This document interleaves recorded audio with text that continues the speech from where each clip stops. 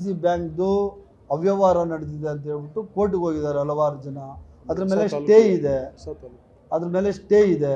ಅದ್ರ ಜೊತೆಲಿ ಈ ಕಡೆ ಹೊಸ ತಾಲೂಕುಗಳು ಮಂಚನಹಳ್ಳಿ ಹೋಬಳಿ ಅಲ್ಲ, ಮಂಚನಹಳ್ಳಿ ಚೇಳೂರು ಹೋಬಳಿಯನ್ನ ತಾಲೂಕುಗಳ ಇದಕ್ಕೆ ಸೇರಿಸ್ಬೇಕು ಅಂತ ಹೇಳಿ ಪ್ರಪೋಸಲ್ಸ್ ಇದೆ. ಇದು ಕೋರ್ಟಲ್ಲೂ ಕೇಸ್ ಇದೆ.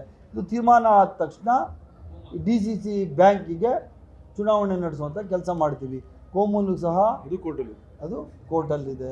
ಈಗ ಹಲವಾರು ಭಾಗಗಳು ಯಾವ್ದು ಸೇರ್ಕೋಬೇಕು. ಈಗ ಮಂಜು ಹೇಳ್ತಾರೆ ಕೋಲಾರದಿಂದ ಸಂಘಗಳನ್ನ ಪಕ್ಕದ ತಾಲೂಕಿಗೆ ಹಾಕ್ಬಾರ್ದು ಅಂತ, ಪಕ್ಕದ ತಾಲೂಕು ಅವ್ರು ಕೇಳ್ತಾರೆ ಇನ್ನೊಂದಷ್ಟು ಸೇರಿಸಿ ನಮ್ಗೆ ಹಾಕ್ಬೇಕು ಅಂತ ಹೇಳಿ. ಅದರಿಂದ ಎಲ್ಲರಿಗೂ ಅವ್ರವ್ರ ಕ್ಷೇತ್ರಗಳ ಬಗ್ಗೆ ಇಂಟ್ರೆಸ್ಟ್ ಇದೆ, ಕುತೂಹಲ ಇದೆ, ಅದ್ರ ಬಗ್ಗೆ ಆಸಕ್ತಿ ಇದೆ. ಅದರಿಂದ ಕೋರ್ಟ್ಗೆ ಹೋಗಿದ್ದಾರೆ. ಅದು ತೀರ್ಮಾನ ಆಗಿದ ತಕ್ಷಣ ಮಾಡ್ತೀವಿ. DCC ಬ್ಯಾಂಕ್ದು ನಾನು ಏನು ನೀವು ಪ್ರಸ್ತುತ ಪರಿಸ್ಥಿತಿ ಏನಿದೆ ಅಂತೇಳಿ ನಾನು DC ಅವ್ರ ಹತ್ರ ರಿಪೋರ್ಟ್ ತರಿಸ್ಕೊತೀನಿ.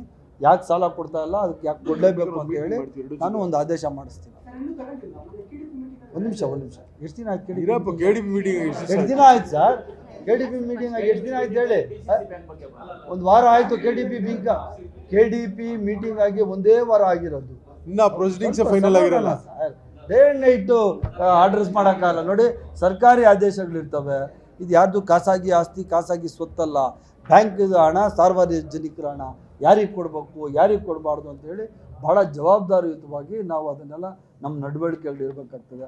ಅದರಿಂದ DC ಅವ್ರ ಹತ್ರ ನಾನು ರಿಪೋರ್ಟ್ ತಗೊಂಡು ಯಾರು ಬಡವರಿಗೆ, ರೈತರಿಗೆ, ಹೆಣ್ಮಕ್ಳಿಗೆ ಅನುಕೂಲ ಆಗಬೇಕೋ ಅದು ಮಾಡಲಿಕ್ಕೆ ನಾನು ಸತತವಾಗಿ ಪ್ರಾಮಾಣಿಕವಾಗಿ ಪ್ರಯತ್ನ ಪಡ್ತೀನಿ. ಮೈಕ್ರೋ ಫೈನಾನ್ಸ್ ಹೇಳಿದ್ರೆ ಹೌದು, ಅದ್ರ ಬಗ್ಗೆ ನನಗೂ ಸಹ ಭಾಳ ಆತಂಕ ಇದೆ. ಈಗಾಗಲೇ ಮುಖ್ಯಮಂತ್ರಿಗಳ ಅಧ್ಯಕ್ಷತೆಯಲ್ಲಿ ಈ ಮೈಕ್ರೋ ಫೈನಾನ್ಸ್ಗಳು ಯಾರ್ಯಾರಿದ್ದಾರೆ, ಈ ಕಳ್ಳರು ಎಲ್ಲ ಜನಗಳಿಗೆಲ್ಲ ತೊಂದರೆ ಕೊಡೋರು, ರೈತರುಗಳಿಗೆ, ಹೆಣ್ಮಕ್ಳಿಗೆಲ್ಲ ತೊಂದರೆ ಕೊಡೋರು ಇದ್ದಾರಲ್ಲ, ಅವರೆಲ್ರಿಗೂ ನಾವು ಈಗಾಗಲೇ ನೋಟಿಸ್ಗಳು ಕೊಟ್ಟು ಯಾರಾದರೂ ಮೈಕ್ರೋ ಫೈನಾನ್ಸರು ಬಲವಂತವಾಗಿ ರೈತರುಗಳ ಹತ್ರ, ಬಡವ್ರ ಹತ್ರ ಹಣ ವಸೂಲಿ ಮಾಡಿದ್ರೆ ಅವ್ರ ಮೇಲೆ ಕ್ರಿಮಿನಲ್ ದಾಖಲೆ ನಾವು ಮಾಡಬೇಕು ಅಂತೇಳಿ ಈಗಾಗಲೇ ಆದೇಶ ಹೊರಡಿಸಿದ್ದೀವಿ.